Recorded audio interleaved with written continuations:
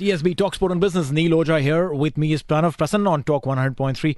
Pranav, your eyes on the lineup. There are 6 teams for the DP World ILT20. Which of these 6 teams caught your attention when they were announced? Well, definitely for me, Neil, it has to be the Sharjah Warriors. Mm-hmm. You look at someone like Chris Wokes, I haven't seen him in franchise cricket too often. He's picked up by a couple of IPL teams, but he always withdraws. Maybe it's with national team commitments or maybe it's an injury. And so you never really get to see him in franchise cricket, that too in the subcontinent. We talk about subcontinent being Pakistan, India, Bangladesh, Sri Lanka, but I think slowly we have to add UAE as well into the mix. You look at Moeen Ali, for example. For Moeen, having that relation, of course, being from Pakistan himself, you look at the subcontinent diaspora that's here in the UAE. True. कई सारे लोग पाकिस्तान से हैं, अफगानिस्तान से हैं. Sharjah में अब अगर आप जाके देखते हो, कई सारे areas ऐसे होते हैं filled with people from these countries. So for them, it's very easy to connect with someone like Moeen Ali. Also being made as the captain, I think it sends the right message as well in your inaugural edition.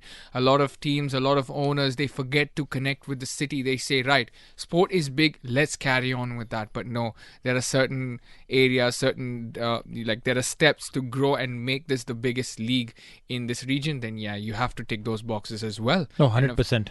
And of course, Marcus Stoinis as well. One of my favorites. Big hitter, all-rounder, box office cricket. That's what I'm hoping for with Sharjah Warriors. No, absolutely.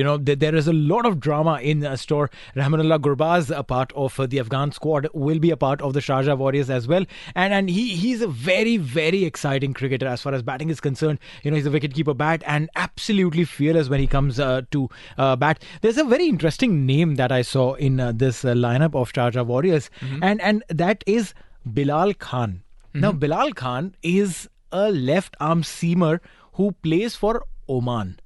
Okay. And he has been the frontline attack bowler for Oman. And I have had, a massive love for the Oman team because I've gone there and done a lot of work, commentary work in Oman. Done it for the domestic sides also, the domestic tournament also. Pranav, Bilal Khan, I can tell you, he's come back out of an injury. The last time I was there, I guess it was in October, November, when there was a domestic tournament going on. And Bilal had just come out of injury. He was bowling at about 70% of his efficiency. Mm-hmm. And he was lethal at that point in time. I'm telling you, keep your eyes on him. Bilal Khan is the man to watch out when he takes field. Left arm, really quick, really attacking, and the man for your Yorkers.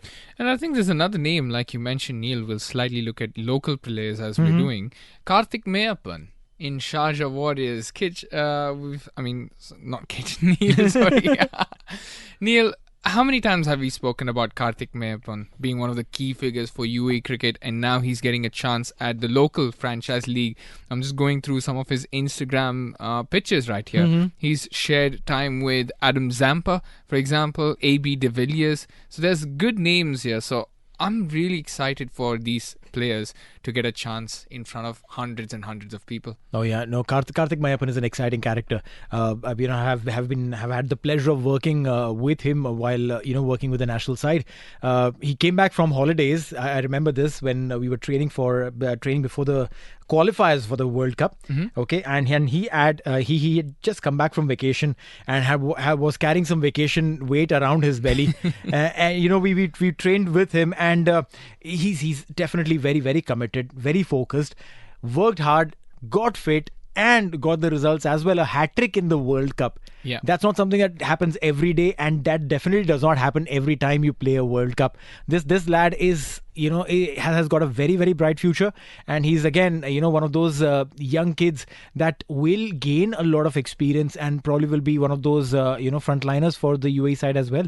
The other team that I have in focus, Neil, is MI Emirates. Okay. One of the reasons being not because of their big hitters or not because of, the star power that they have, is because there are certain names here whose countries are actually having international games right now, but they have gone the other way. They've opted out of a central contract and they've said, right, let me play, leagues around the world. That one particular name standing out is Trent Bolt. Oh, yeah. Now, in the IPL, he's he's contracted to a completely different team. But over here, he's with the Mumbai Indians, sort of, let's call it the brand. Right. Of Mumbai Indians, and then MI Emirates. So he's teamed up with his old partner, Kieron Pollard, which is again interesting. Imran Tahir, they've got a good spinner over there. And then there's Will Smeed. That's right. Will Smeed, he's just a happy-go character and such a big hitter. These grounds for him, they're gonna feel small. Oh, you bet. And especially if he's got any games in Sharjah, then I can tell you that you'll see the ball sailing out of the park. How many spare balls do you think they're gonna have? Oh, they'll have at least a couple of trucks standing outside the Sharjah Cricket Stadium, considering the fact that these power hitters will be on display. Talking about power hitters and Mumbai and MI Emirates, my Emirates, there is a local name, and that local name is Mohammad Wasim. Right. Okay. This man, he is a delight to watch. Came out of absolutely nowhere.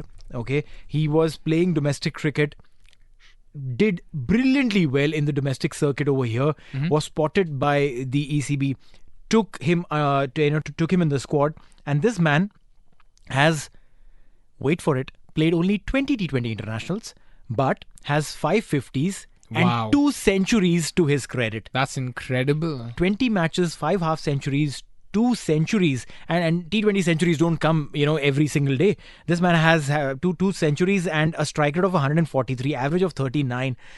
He is a delight to watch. Opens the batting and is absolutely amazing. Mohammad Wasim is someone that you should be watching. When he takes on charge for my Emirates. Absolutely. And going by another local name, Vritya Arvind. Ooh, he's my boy. He's my boy. You say he's your boy, but what is this connection you have with Vritya Arvind? So Vritya Arvind, I've followed his cricket from a very long time. Right. Okay. This lad, be it domestic cricket, be it under 19 cricket, be it the national team, and his mom says this, and if the auntie is listening, I'm sure she is, because she loves our show. Yeah, she says that you are the lucky charm for Vritya. Whenever you are there, be as a commentator or as a coach or whatever, Vritya scores well. And he's done exceedingly well. I'll call out his stats. Okay. Right. 29 ODI matches. Okay. This boy is 20 years, 215 days old. Right. Okay. 29 matches. And he's got 4 half centuries and 2 centuries already.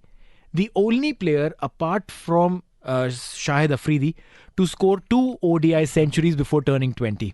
That's incredible. I mean, he's just 20 years old. As you say, it makes me feel old. It makes me feel old. No, again, he's a class act. Fearless, 360, and he's a game turner. He is one of those lads who ensured that UAE play well in the qualifiers and qualify for the World Cup. He did extremely well. T20 international half centuries, 3 to him, and I'm mighty impressed, and I'm looking forward to his game also. 97 not out as his T20 international highest score. Wow, and he's a keeper as well. So in the same team, he's going to be playing with Nicholas Puran, who's a keeper. So safe hands over there. Well, absolutely. I mean, it's going to be interesting to see how they use him, because Vritya and Wasim both open the batting for UAE. So we'll have to see, how my Emirates use these guys as far as batting is concerned, or what place or when they come into bat.